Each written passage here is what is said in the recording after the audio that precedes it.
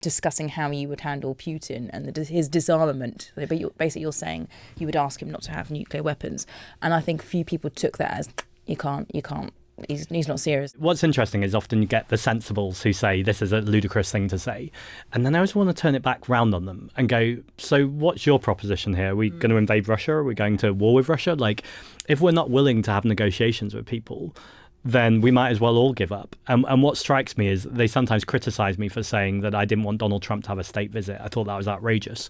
And they go, you've got to talk to world presidents or world leaders. And I go, yeah, of course you do. That's my entire point. So I would talk to Donald Trump. I would negotiate with Donald Trump. I'd hate every single second of it.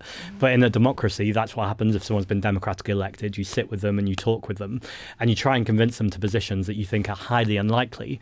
But that's the starting position is you go, what would be the ideal in this scenario? Then let's talk.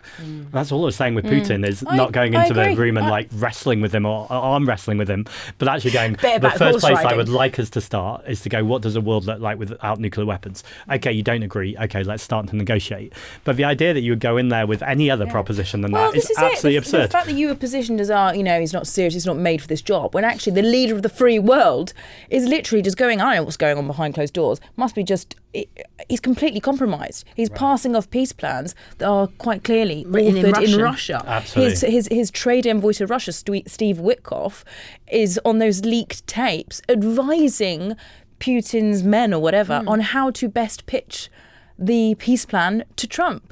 And that's all totally fine. And then you're just saying, I'd do a different approach, actually. I try and push back, and you're not the serious person.